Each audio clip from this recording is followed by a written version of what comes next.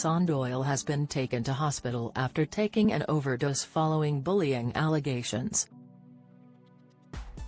Her husband, Rob, said how he found his wife unresponsive during the night when he attempted to wake her before she was rushed to the nearest hospital. In a statement, he said, "This morning my wife, Sian Doyle, was rushed to hospital. She had taken an overdose during the night and was unresponsive when I tried to wake her." Rob added, "The person represented in yesterday's supposedly independent report was unrecognizable from the woman I've loved for the past 37 years, or the woman her friends and former colleagues know."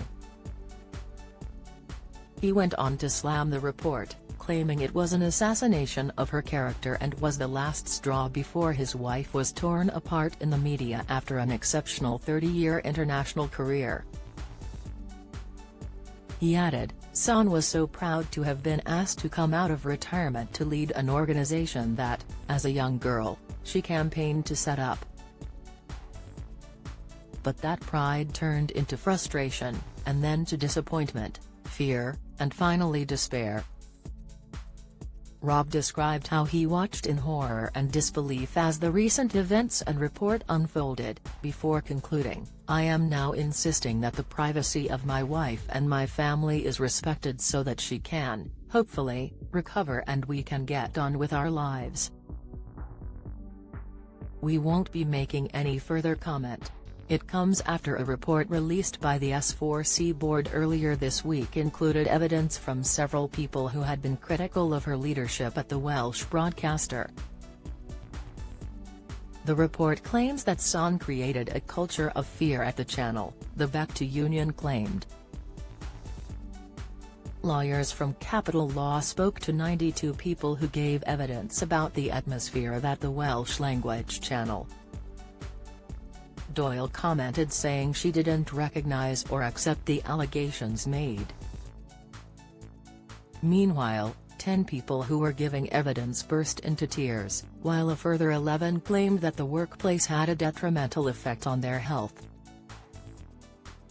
Releasing the report, the S4C authority said, "We would like to say sorry to those who have had to tolerate unacceptable behaviors in the workplace and for the upset that this has caused. We would like to thank you for your openness and honesty in sharing your experiences, enabling the failings highlighted in today's report to be identified." Meanwhile, Doyle said in a statement that she had no idea that the report would be published. She said, "I am so saddened to read the Capital Law report into the working culture of S4C. I do not recognize or accept the allegations made and they do not reflect my 30-year career in business. I was appointed as CEO with a mandate from the board of S4C to deliver a bold program of transformation. I know from experience that organizational change isn't easy, and whilst measures were put in place to support employees, it is clear some continued to feel uncomfortable at the required pace of change to deliver the best service for the audience in Wales." This report was commissioned and delivered by the chairman, so it is no surprise that of the 92 people who participated in the investigation, the report has focused on the views of a small minority. For clarity, I had no notice that the report would be published today, have not been offered a right of reply by S4C and first read the report in the media. S4C is a remarkable organisation delivering a vital service for the people of Wales, and I will look back at my time as CEO with pride. I called last week for an urgent investigation by DCMS into the leadership and governance of S4C and the nature of the way this report has been presented. I restate that call today. S4C's employees, and the people the organization serves, deserve better.